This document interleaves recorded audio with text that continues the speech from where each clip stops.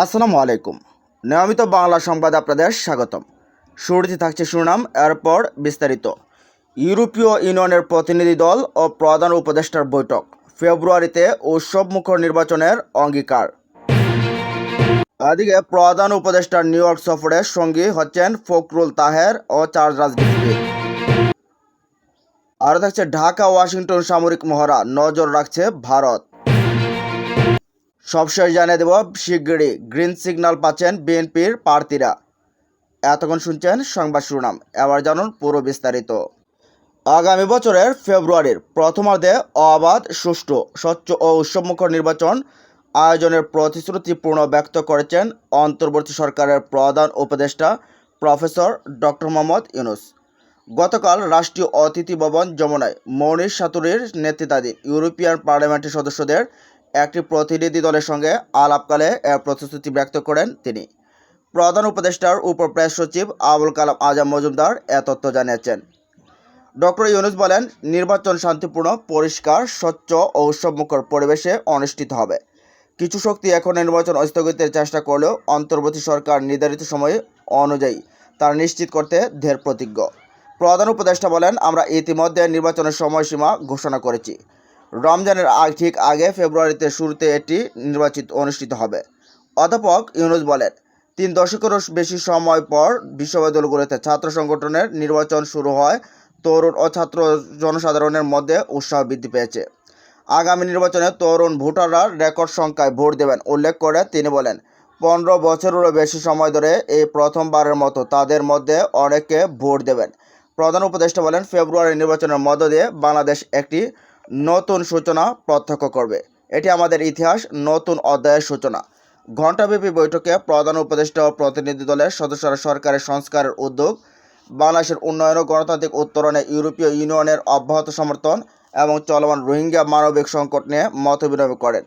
সফররত আইন প্রণেতা আশা করেন, আসন্ন নির্বাচন বাংলাদেশের জন্য একটি গুরুত্বপূর্ণ মুহূর্ত হতে পারে।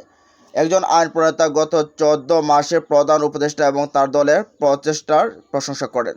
একজন ডাচ এমপি মন্তব্য করেন, বাংলাদেশে এমন কয়েকটি দেশের মধ্যে থাকতে পারে যেখানে সব কিছু সঠিক পথে এগোচ্ছে। অধ্যাপক ইউনূস ও ইউর অবিচল সমর্থনের জন্য ধন্যবাদ জানান এবং বাংলাদেশে বসবাসরত 10 লাখের বেশি রোহিঙ্গা শরণার্থীদের জন্য তহবিল বাড়ানোর আহ্বান জানান।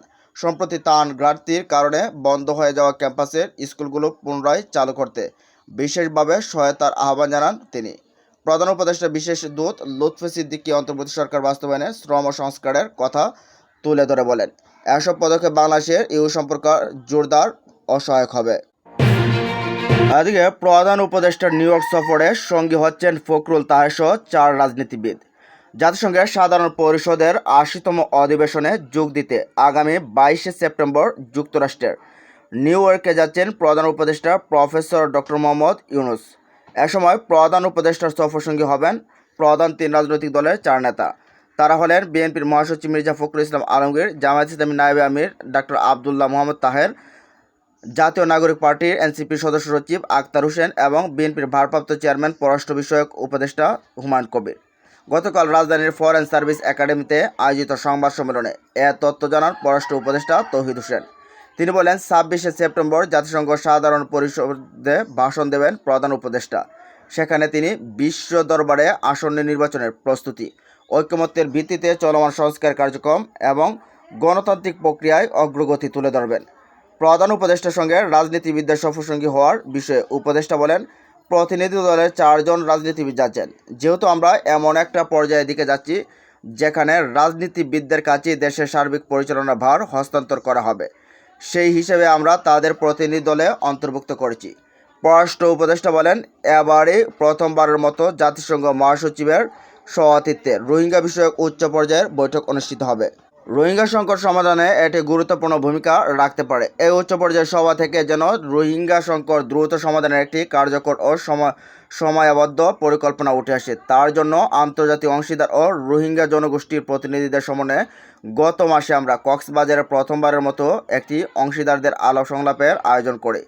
প্রতিনিয়ত বিশ্বের বিভিন্ন প্রান্তে নতুন নতুন সংকটের উত্থানের পরও সরকারের কূটনৈতিক তৎপরতার কারণে রোহিঙ্গা সংকটের যে বিশ্বব্যাপী আলোচ্যসূচিতে পিছিয়ে পড়েনি প্রথমবারের মতো এ বিষয়ে জাতিসংঘের উচ্চ পর্যায়ের সভার আয়োজন এবং স্বয়ং জাতিসংঘ মহাসচিবের সফর তারই প্রমাণ। আমরা এই উচ্চ পর্যায়ের সভার সফল অনুষ্ঠানের প্রস্তুতি নিচ্ছি।